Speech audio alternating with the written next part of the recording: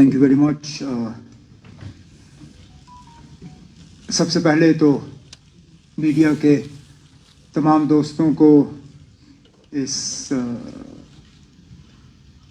मौके पे मेरे तरफ से और मेरे तमाम साथियों के तरफ से आप सबको एक तो अस्सलाम वालेकुम, आदाब और नए साल की आप सबको मुबारकबाद। उम्मीद की जाती है कि 2025 का साल जम्मू कश्मीर के लिए और हम सब के लिए एक बेहतरीन साल साबित हो। एक अच्छे मौके पे ये साल जो है इसकी शुरुआत हो रही है।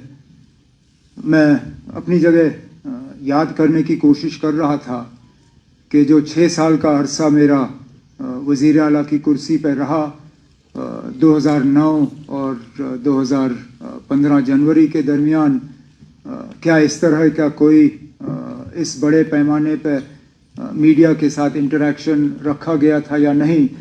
और मुझे याद नहीं है कि इस तरह का हमने कोई प्रोग्राम जो है रखा था। बीच बीच में आप सबों से मुलाकात तो होती रही, लेकिन वो किसी ना किसी या तो हादसे के बाद या मुद्दे को लेके आज जो है ये आपके साथ जो इंटरेक्शन, और ख़ासकर हमने लफ्ज़ भी मुझे अफसरों ने कहा कि इंटरेक्शन का लफ्ज़ जो है वो सही होगा।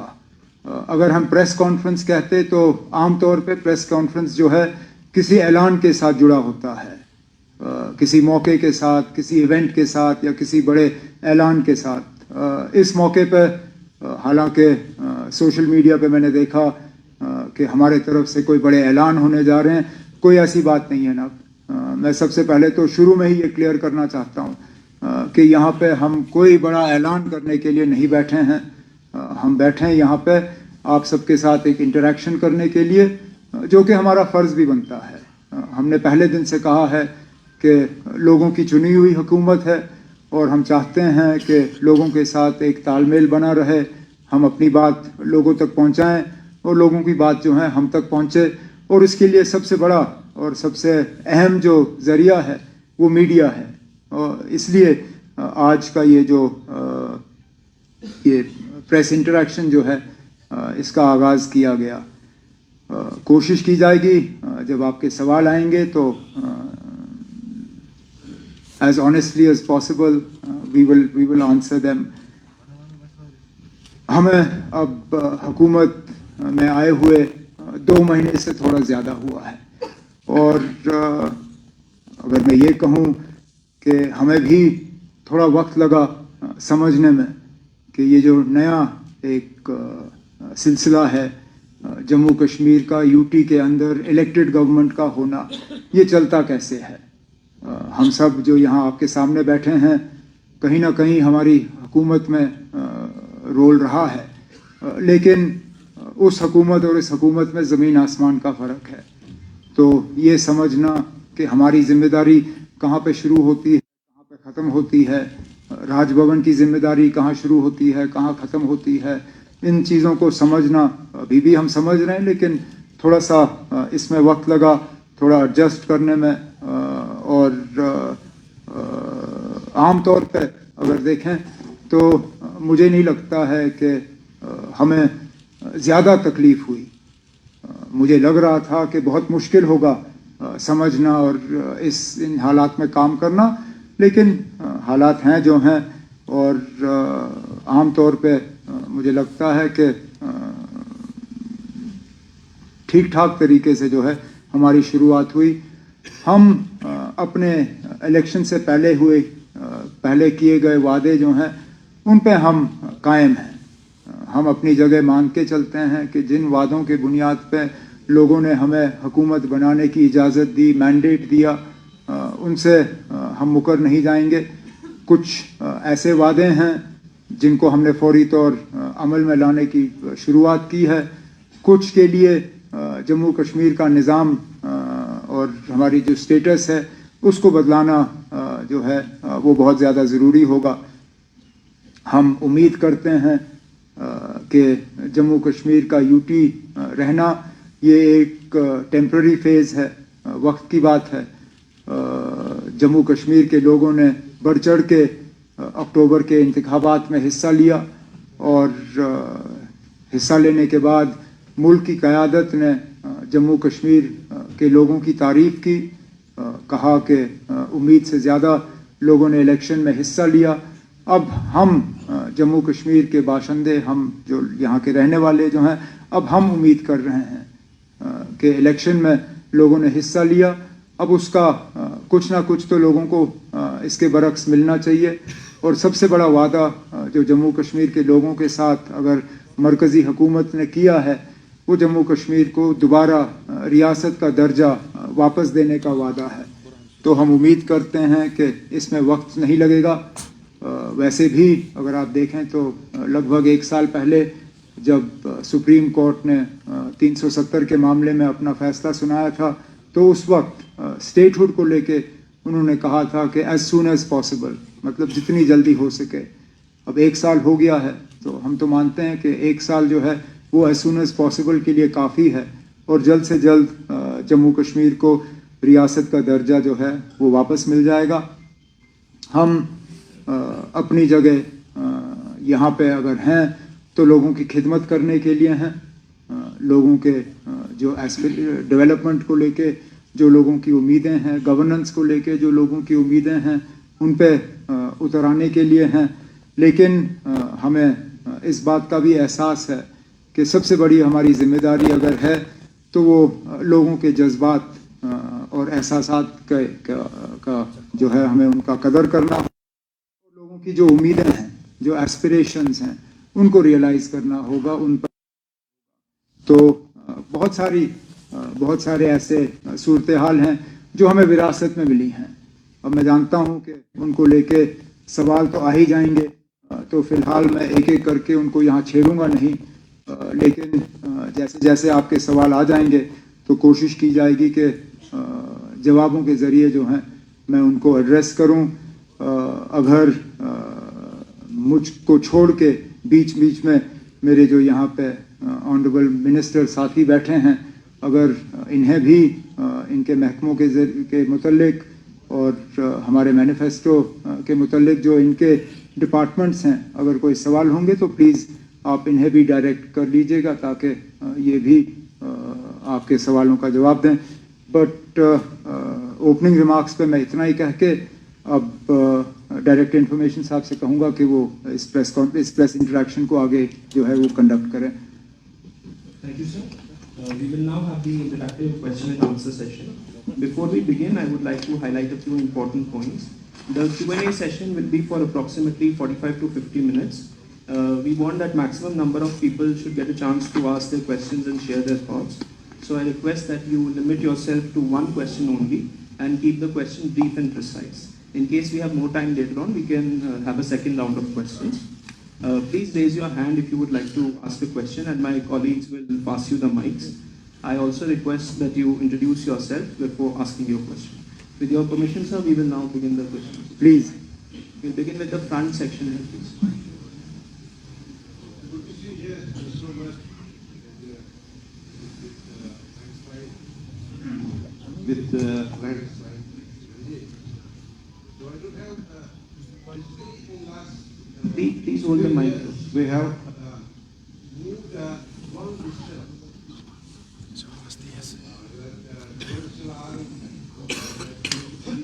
And understand the government has the lowest number of suffers right now. Sorry, can I request you to please keep the mic as close to your mouth as possible because I'm struggling to hear your question. That actually has been the phenomenon. Issues. But basically, in last many years, we have through. There's been a long distance, long tunnel. So there are issues. I understand the nightmares of a honeymoon after you take over. I understand the issues that right now on your table. There are politics have changed. I would not ask a question. Jammu and Kashmir media is so you essentially have more investment, require more investment. I don't mean financial, I mean in democracy, in comparison to the autocracy, the bureaucracy, and whatever system of governance we have. My simple, it is not a question, a request is that how soon or how far are we from a situation in which the media existed when we were last time?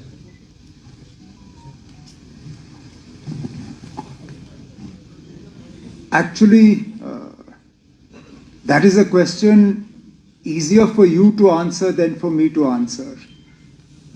Where do you find yourselves today compared to pre-2014? I can't answer that for you. As far as I am concerned, my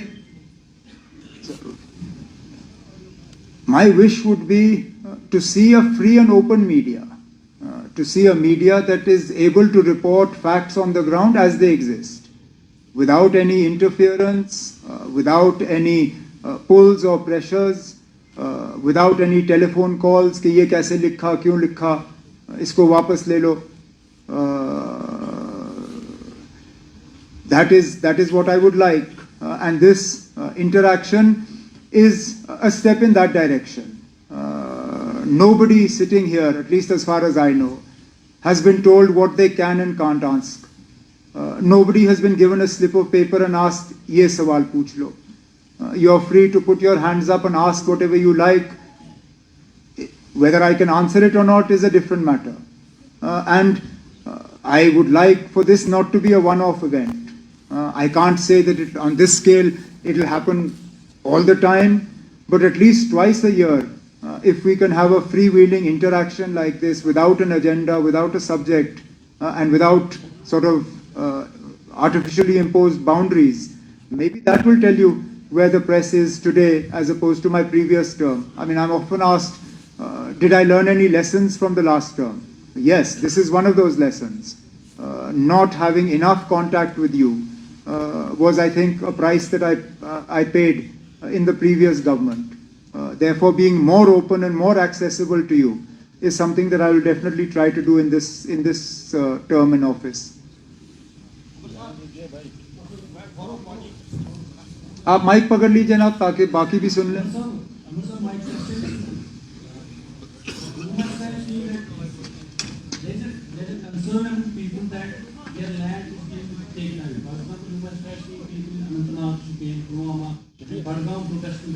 A new railway line is being built which is dispossessing them from their productive land, agriculture, horticulture, and a ring road is being extended. Now a satellite colony there is a proposal for it, and NIT extension in Pulwama. So a delegate from that village also met you. So how are you assuring the people from this concern? Because the agriculture department already has said that this is the productive land has shrunk in Kashmir. So what is the assurance from हमारी ये इस सवाल की अपनी अहमियत है और मैं समझता हूँ लोगों की परेशानी, खासकर ज़मीन को लेके. हम अपनी ज़मीन बढ़ा नहीं सकते और ये वो ज़मीन है जो बहुत मुश्किल हालात में शेख मोहम्मद अब्दुल्ला ने लोगों के हवाले किया और अब उनसे वो ज़मीन वापस ली जाए. मैं समझता हूँ मुश्किलात, लेकिन तरक्की को भी रोका नहीं जा सकता. Development will also have to go hand in hand with the concerns that people have. Now, to the best extent possible, we will have to ensure that whatever routes are selected, whether for roads or for railways, are on non-productive lands. Not all our lands are highly productive, but those that are, we should, to the fullest extent possible, avoid taking them over for any development projects. अब जहाँ तक NIT की आपने बात की, ये सही है कि एक वफद मुझे मिलने आया दे आर कंसर्न कि उस ज़मीन पे उनके बादाम के बागात वगैरह हैं। मैंने तो उनको इतना ही कहा, मैंने कहा ना अगर वहाँ के लोग NIT नहीं चाहते हैं तो हम इसको कहीं और ले लेंगे जहाँ लोग चाहते हैं। Not everybody is opposed to development here. There are areas where there is unproductive land that can be used for this NIT. So if the people of Pampore or Pulwama or any of those areas collectively, not 5 or 6 people, collectively if the people of that area do not want NIT to be located there, we'll find another location. If we can locate a central university somewhere, if we can locate an AIIMS somewhere, we'll find place for NIT also. अगर पुलवामा को नहीं चाहिए कहीं और ले लेंगे, और भी जिले हैं यहाँ पे ना. There are other districts that will welcome it with open arms. I don't want to take names here, but an MLA of a party not associated with the government, जब पुलवामा में बात हुई उन्होंने मुझे फोन किया, कहा ना अगर उनको वहाँ नहीं चाहिए मैं आपको जमीन दे दूंगा, मेरे यहाँ छोड़ दीजिए, मेरे यहाँ लगाइए ये NIT. वैसे भी हमारे यहाँ कुछ नहीं हुआ फिलहाल. So there are places where we can locate this, but we'll have to find a balance between our development needs and also protecting our productive agricultural land. साहब फारूक वानी, राइटर कश्मीर एजुकेशन. उमर साहब, जैसे आपका अभी आपका MP रोहल्ला साहब जो लड़कों के सपोर्ट में रिजर्वेशन किए और उनको अपोजिशन ने उनका सपोर्ट किया, तो उसके बारे में आपका क्या टेक है?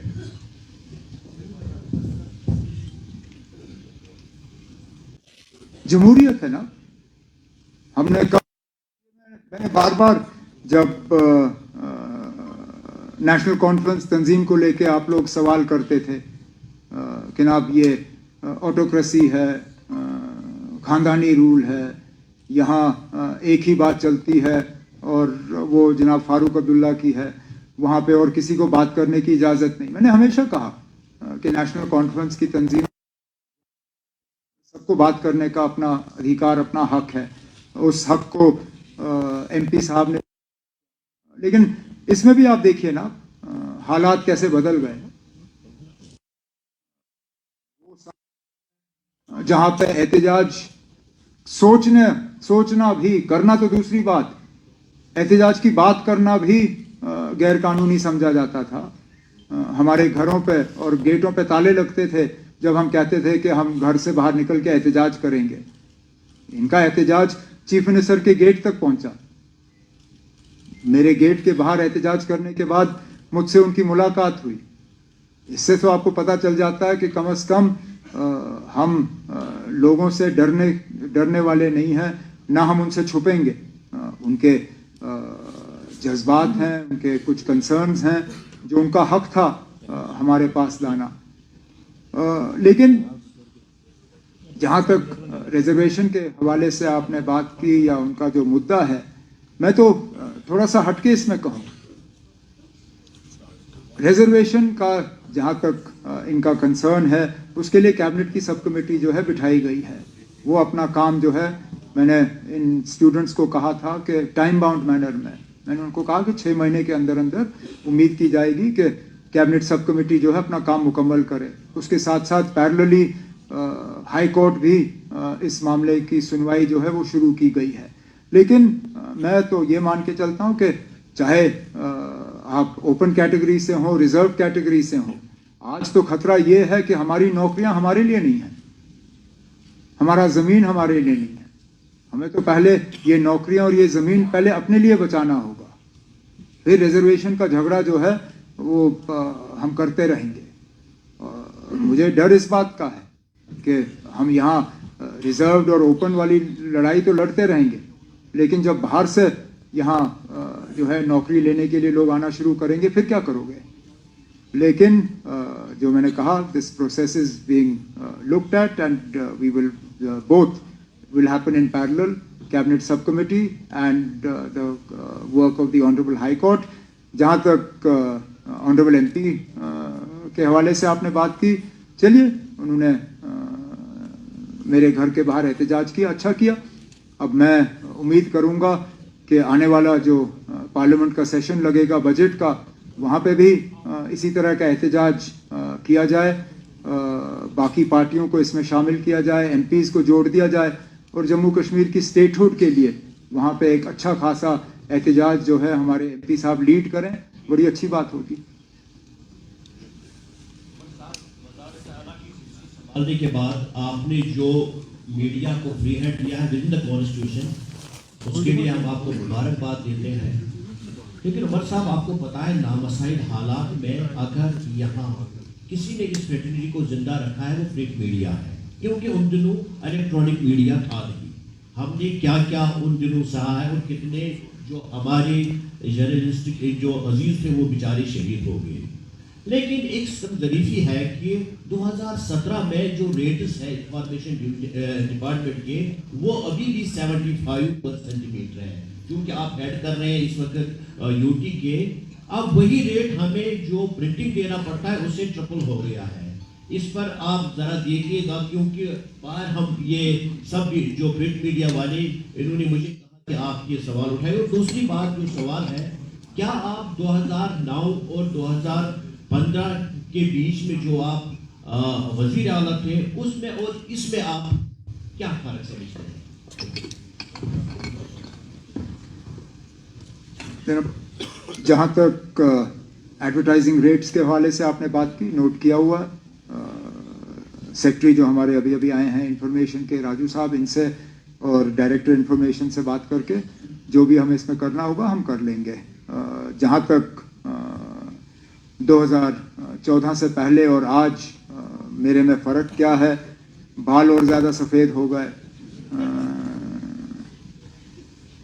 बुढ़ापे की तरफ अब तेज़ी से बढ़ रहा हूँ।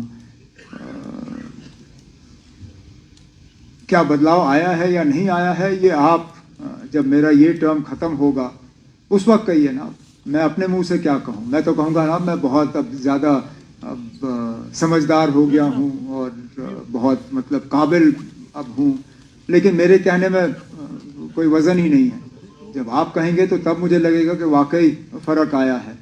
तो जब 4 साल और 10 महीने लगभग रह गए हैं नए इलेक्शन को, उस वक्त बताइए ना पिछले टर्म और इस टर्म में अगर आपको कोई फ़र्क नज़र आया या नहीं। मुझे थोड़ा सा फ़र्क फ़िलहाल मैं आपसे कहूँ, मुझे थोड़ा सा फ़र्क नज़र आ रहा है। मैं एक मिसाल के तौर पे जो पिछले दिनों बर्फ़बारी हुई, मैं मान के चलता हूँ ना, अगर 2009 शुरू में इस तरह की बर्फ़बारी हुई होती मेरा रिस्पॉन्स इस तरह का नहीं होता। डीसीओ को मीटिंगों में शामिल करना, ऑनरेबल एमएलए से फीडबैक लेना, कटिंग अक्रॉस पार्टी लाइंस, ये 2009 में मुझसे नहीं होता। आज हुआ है क्योंकि थोड़ा सा बदलाव तो आ ही गया है।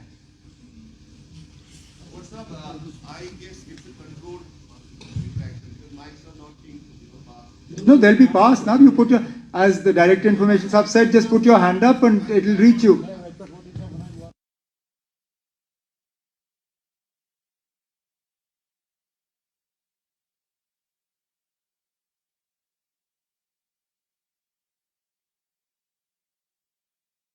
Direct information, it will be easier than him looking for your hands, because that becomes a little tougher. Just send up. He'll go through those and call your names out one by one. Can I ask a quick one now? आप पूछ लीजिए ना। अच्छा उमर साहब, जब 370 को revoke किया गया उसके बाद बीजेपी गवर्नमेंट का ये कॉमन रेफरेंस रहा कि मसले कश्मीर अब हमेशा के लिए हल हुआ है, हैज बीन रिजॉल्व्ड फॉरएवर। लेकिन आपका जो हाई वोल्टेज कैंपेन था जिसमें लोग जुड़े, उसमें आपने कहा कि ये इलेक्शन बिजली पानी सड़क के लिए नहीं है, ये शनाख्त बचाने के लिए, आइडेंटिटी के लिए। तो आप इस वक्त जाहिर है अभी बहुत कम अरसा हुआ है, लेकिन मसले कश्मीर अगर हमेशा के लिए रिजॉल्व हुआ है, क्या आप इसमें बिलीव करते हैं as leader of the largest political party? एक मिनट के लिए अगर हम मान के भी चले ना कि जम्मू कश्मीर का इस तरफ का हिस्सा जो है वो हमेशा के लिए रिजॉल्व हुआ है, जम्मू कश्मीर का एक हिस्सा सरहद के उस तरफ भी है ना। जब बीजेपी ये कहती है कि मसले कश्मीर का हमेशा के लिए हल हो गया है, क्या हम ये मान के चलें कि जो एलओसी के पार वाला हिस्सा है जम्मू कश्मीर का, उसका भी मसला हल हो गया है? जाहिर सी बात है नहीं है ना। मसला कश्मीर अभी भी है, चाहे सरहद के इस तरफ या उस तरफ, उस पर हम बहस कर सकते हैं, लेकिन मसला हमेशा के लिए हल नहीं हुआ है। हम चाहते हैं कि हो। عمر صاحب یہاں سے سر مدعے تو بہت سارے ہیں لیکن میں وہ پوچھوں گا جو لوگوں کو اس وقت چپ رہا ہے بجلی کا جو ایشو ہے مطلب ہر بار کہتے ہیں کہ کئی ساری اسکیمز امپلیمنٹ ہو رہی ہیں بہتری ہوگی اور خاص کر ونٹرز میں کیونکہ سمرز میں اوبیسلی بہتر ہوتی ہے جنریشن ہم بھی کچھ چیزیں سمجھتے ہیں لیکن ونٹرز میں ہر سال وہی کہانی دہرائی جاتی ہے کہ اب ہوگا یہ ہوگا لیکن ابھی بھی سب تینوں ٹیمپریچرز ہیں اس سال کافی ہارش ہے ونٹر لوگ کافی سفر کر رہے ہیں بجلی کو لے کے سب جگہ نہ سری نگر آپ نے نارتھ ساؤتھ کشمیر تو یہ ٹھیک کب ہوگا آپ نے کہا میٹرنگ جب 100% ہوگی کچھ لوگ کہتے ہیں کیبلنگ جب ہوگی تو کوئی ٹائم لائن اور ٹھیک کیوں نہیں ہوگا سر ایک آپ سے سوال اور ڈپٹی سی ایم صاحب سے بھی ایک سوال ہے سر آپ سے ہم نے بات کی تھی جب آپ نے ہیلپ کیا تھا تو کافی جوش میں تھے آپ اس وقت تو آج 2 مہینے کے بعد جو بھی اسٹیٹ کے آس پاس بات ہو رہی ہے آپ کو لگتا ہے جو آپ کا ایجنڈا ہے پورا کر پائیں گے آپ جب آپ نے اندر جا کے حالات دیکھے ہیں کیا چل رہا ہے کیا نہیں چل رہا ہے آپ کو لگتا ہے آپ کر پائیں گے وہ یا پھر سب کچھ تبھی ہوگا جب شروع ہو جائے گا؟ تھینک یو بجلی کے حوالے سے آپ نے سوال کیا وہ صحیح ہے ہر بار سردیوں میں ہمیں اس طرح کے حالات دیکھنے کو ملتے ہیں حقیقت یہ ہے کہ پچھلے سالوں کے مقابلے اس سال ہم زیادہ بجلی لوگوں کو فراہم کر رہے ہیں لیکن آج بھی کٹس کی ضرورت پڑ رہی ہے انریسٹرکٹیڈ اگر ہم لوڈ دیکھیں تو جتنا ہم سپلائی کر رہے ہیں اس سے کئی گنا زیادہ ہے فی الحال 1700-1800 میگا واٹ کے آس پاس جو ہے ہم بجلی سپلائی کر رہے ہیں لیکن انریسٹرکٹیڈ جو ہے وہ اس سے زیادہ ہے اب آپ مجھ سے پوچھ رہے ہو کہ یہ کب تک حل ہوگا جتنے زیادہ ہمارے جو پاور پروجیکٹس جموں کشمیر میں بن رہے ہیں جتنی جلدی وہ کمپلیٹ ہو جائیں تو کم از کم اگر سردیوں میں ان کی جنریشن کم ہو گرمیوں میں ہم وہ پاور جو ہے ہم بینک کر سکتے ہیں جو کہ ہم کرتے ہیں کوشش کی جائے گی کہ ہر سال ہم زیادہ بجلی جو ہے وہ بینک کریں تاکہ سردی میں ہم ان کے پاس چھوڑ دیں گرمیوں میں وہ بجلی جو ہے ہمیں واپس ملے لیکن میٹروں کے حوالے سے آپ نے بات کی یہ حقیقت ہے فی الحال ہمارے جموں کشمیر کے جو AT&C لاسز جو ہیں وہ 50% سے زیادہ ہیں مطلب ہر روپے بجلی جو ہم سپلائی کرتے ہیں اس میں سے ہم مان کے چلتے ہیں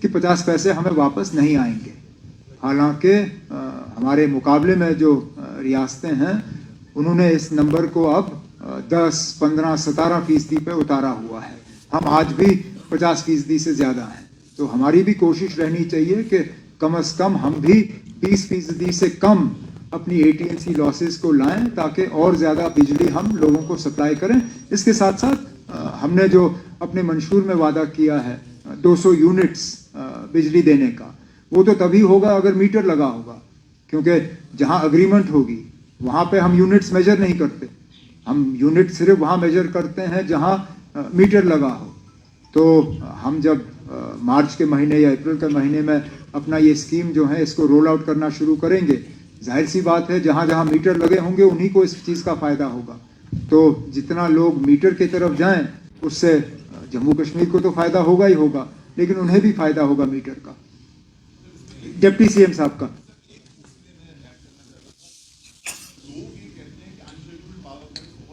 جناب انشیڈیول پاور کٹ صرف تب ہوتے ہیں یا تو ہمیں سسٹم جو ہے اس کی مینٹیننس کے لیے کٹ لینا پڑتا ہے اس کے لیے بھی ڈپارٹمنٹ کو کہا گیا ہے کہ پوری طرح سے اس کو ایڈورٹائز کریں تاکہ لوگوں کو پتہ چلے کس علاقے میں کہاں پہ شیڈیول کے مطابق ہمیں مینٹیننس کے لیے کٹ لینا پڑے گا انشیڈیول تب ہوتا ہے جبکہ یا تو ٹرانسفارمر جل جائے یا کوئی سسٹم میں فیلئر ہو اس میں کوشش کی جاتی ہے کہ جلد سے جلد جو ہے اس کو درست کیا جائے اور بجلی کا سپلائی جو ہے وہ ریسٹور ہو آپ نے ڈپٹی CM صاحب کے کچھ پوچھا تھا کہ اب کیا لگ رہا ہے نا اب اتنا ہی جوش ہے ہاؤز دا جوش شاید پوچھا اس نے دیکھیے ہمیں سمجھ نہیں آتی کہ یہ بار بار آپ نے اس دن کہا تھا پھر تم نے وہی کہا اس سمے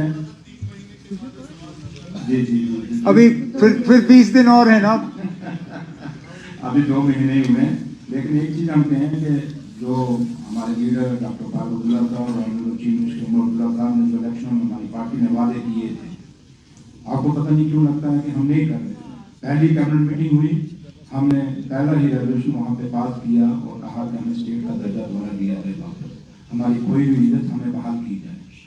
दूसरा हमारी पहला हाउस लगा, पहले हाउस में ही हमने रेजोल्यूशन वहाँ पे पेश भी किया और पास भी हुआ, जहाँ हमने कहा कि हमारा खोया हुआ स्टेटस और जो अपना ये वादा ऑनरेबल प्राइम मिनिस्टर साहब का भी है, ऑनरेबल होम मिनिस्टर साहब का भी है। अगर आपको याद होगा तो पार्लियामेंट के अंदर ऑनरेबल होम मिनिस्टर साहब ने कहा था कि जम्मू कश्मीर की जमीनें, जम्मू कश्मीर का रोजगार हम किसी बात को नहीं रहने देंगे। हम उसी बात को फिर उनको याद करा। इसलिए उन्होंने भी इलेक्शन में कहा था, अगर आपको याद होगा, ऑनरेबल प्राइम मिनिस्टर साहब जब जम्मू आए उस रैली में उन्होंने कहा था कि जम्मू कश्मीर जैसे ही इलेक्शन खत्म होगा हम आपको आपका जो स्टेट का दर्जा दोबारा बहाल करेंगे। तो आज 2 महीने हो गए हैं, ये सवाल का वहाँ भी पूछा जाए कि आपने ये वादा किया था, तो उम्मीद करेंगे आप जब वो कभी आएंगे, उनका कोई आएगा, आप उनसे भी पूछेंगे। लेकिन एक बात हम दावे से कहते हैं, जो हमने कहा है उस पर बिल्कुल डटे हुए हैं और करके दिखाएंगे, और जब करके दिखाएंगे तभी आपके पास आएंगे। Thank you. We have received a lot of slips, so I call the names now. Request you all to be patient. We'll try and come to everybody. Ms. Navi from the Indian Express.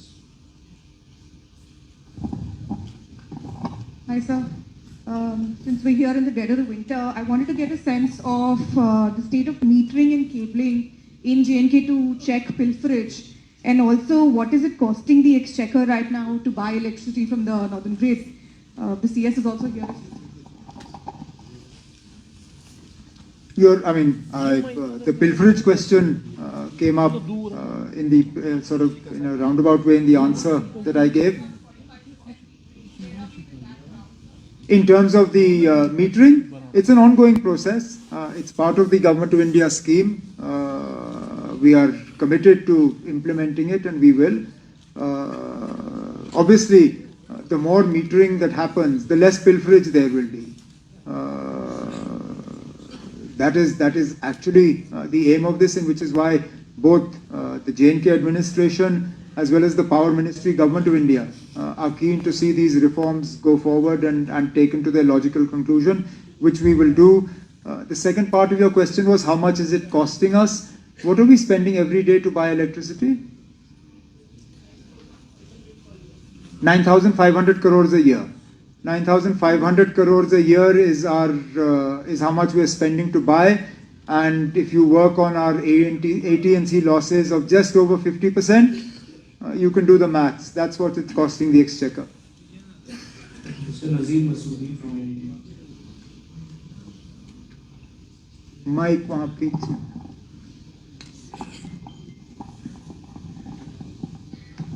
So it has been more than 2 months you have taken over as Chief Minister. Are you comfortable with this dual control system, or with how it is working? And there have been lots of friction points over the last 2-3 months, including appointment of Advocate General, even also the recent controversy was declaring holiday on Sheikh Mohammed Abdullah's birthday or the 13th July. How are you going to address these issues which are actually seen and attempt to undermine the elected government?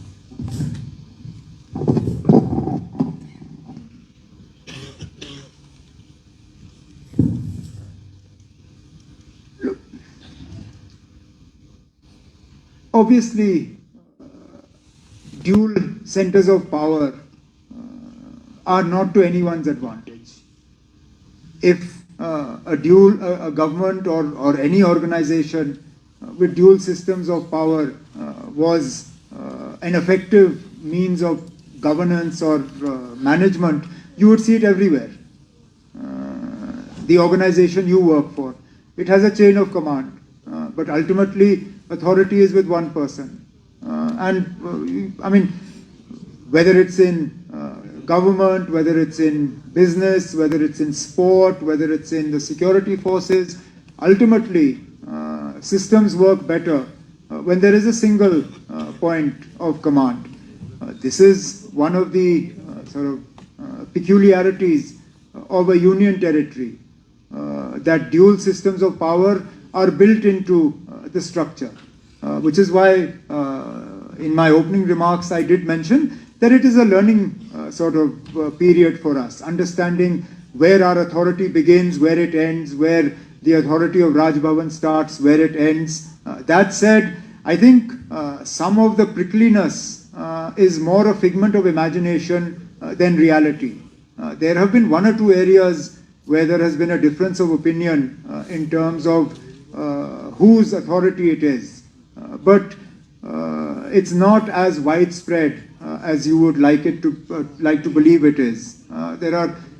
Which is why there is an ongoing exercise on the part of the government to sort of, I don't know if codify the word is the right word to use, but at least to put into place our TOBR, our business rules, so that if there's any uncertainty or any clarity that is required, that clarity will be built into the system. On our part, the draft of this is being shared with some legal luminaries for their inputs and their suggestions.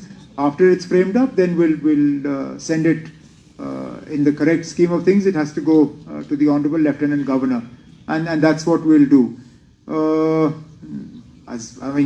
Look, I understand that the holidays became a big story. Yes, in an ideal world, we would have liked to have had those 2 holidays because it's part of the emotional attachment we have and it's part of Jammu and Kashmir's history.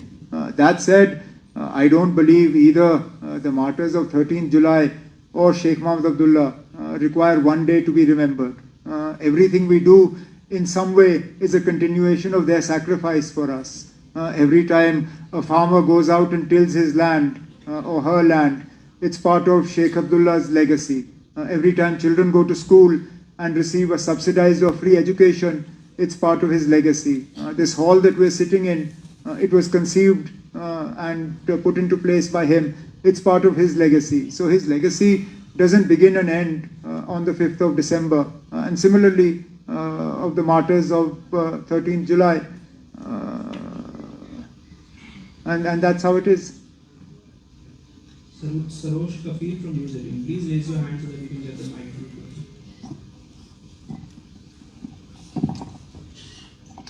Hi ma'am आपसे सवाल लेना चाह रहा हूँ ma'am अभी एक order है question government का एक ऑर्डर आया था कि बोर्ड ऑफ स्कूल एजुकेशन की किताबें जो है वो फर्स्ट क्लास से लेकर 12th क्लास तक हर प्राइवेट और गवर्नमेंट स्कूल्स में होंगी। लेकिन मैम अभी एक रिपोर्ट आई है कि जो बांडीपुरा है वहाँ पे पहली क्लास से लेकर 5th क्लास तक जो बच्चे हैं उनको ज़बरदस्ती किताबें खरीदी पड़ रही है स्कूल से। तो इस पर क्या करें? सो विद योर परमिशन, जैसे आप सब जानते हैं कि एकेडमिक सेशन को चेंज करना पड़ा समर टू विंटर जोन में। उस वजह से किताबें जो हैं उनको थोड़ा सा टाइम लगा जो अवेलेबिलिटी लाने में। लेकिन जो आप शिकायत करते हैं वो कहीं कहीं हमारी नोटिस में आया हुआ है, क्योंकि किताबें जो हैं टेक्स्ट बुक्स जो हैं वो अवेलेबल होंगी जनवरी एंडिंग तक, सारी जो भी बुक्स हैं। लेकिन जो आपका सवाल है कि ज़बरदस्ती की जा रही है कि प्राइवेट स्कूल्स की तरफ से, उसके ऑलरेडी जो है एक कमेटी जो है वो डिस्ट्रिक्ट लेवल में बनाई गई है, जोन लेवल पे बनाई गई है कि अगर इस तरह की कहीं पे भी कोई शिकायत हो वो हमारी नोटिस में लाएं, ताकि उन प्राइवेट इंस्टीट्यूशन के लिए जो भी एक्शन होगा वो हम ज़रूर करेंगे। लेकिन आपने बांडीपुरा का नाम लिया है और आप ज़रूर लिख लीजिए कि किस प्राइवेट स्कूल में। बांडीपुरा में तो बहुत सारे प्राइवेट स्कूल्स हैं, अक्सर बेशतर हमारे पास शिकायत आती हैं लेकिन नाम नहीं आता है। मैं आपके ज़रिए यहाँ गुजारिश करना चाहती हूँ, नाम ज़रूर लाइए स्कूल का, ताकि हम उस स्कूल के ख़िलाफ़ जो है कार्रवाई कर सकें और बाकी जो हैं वो उस चीज़ से रुक जाए। शुक्रिया। Zinat Fazli from Republic.